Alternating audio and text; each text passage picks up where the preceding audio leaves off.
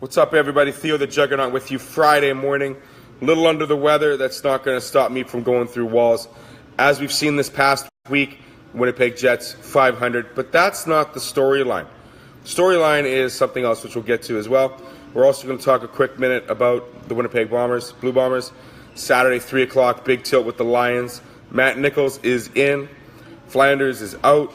Dressler hasn't played in a while. And we still don't know what's happening with Jamal Westerman. But let's get back to our Winnipeg Jets, who took on Vancouver. 8 wins out of the last 9, 4-2 victory. Morrissey with his first, Myers with a shorty, Laine from the slot, and Ehlers with an empty netter to seal the deal with about 45 seconds left. Great all-round effort by the Jets. It was the first of probably the best game the Jets have played this early season. Not only because of how well they played, how quickly they weathered a storm. Sedin scored the first one, but then they went 3 unanswered. But more importantly, the stalwart performance by Connor Hellebuyck. Here is a guy who has been given the opportunity to lead his team from the pipes, which he has done. Number 1. He's number 1 on my list right now. Number 2, he has allowed his team to have an opportunity to win.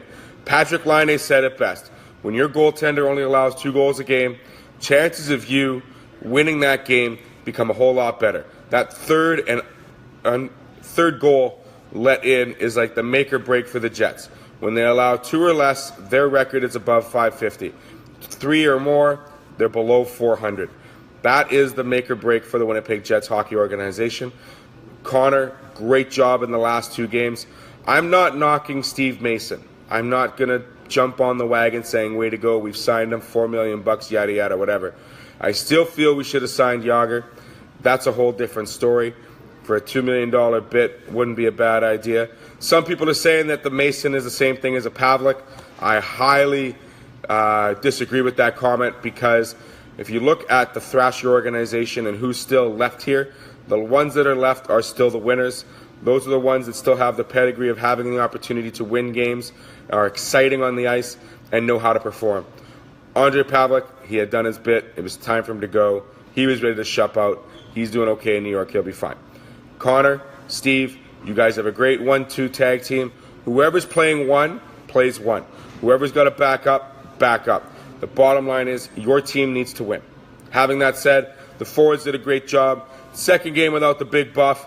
You know what? I'm okay with this. And if you're a coach and you want your high-profile players to take a break, take a relax, and then you have an opportunity to have him travel with the team, he may play, he may not play. He's suffering a soft tissue injury, lower body LBI, and your team goes for a fishing trip. That's like saying to me, I can't go to the candy store, or I can't touch the seafood buffet in Las Vegas. Like hell, that's not happening. For Byfuglien, he loves to hunt, we know he loves to fish, and we know he loves to play hockey.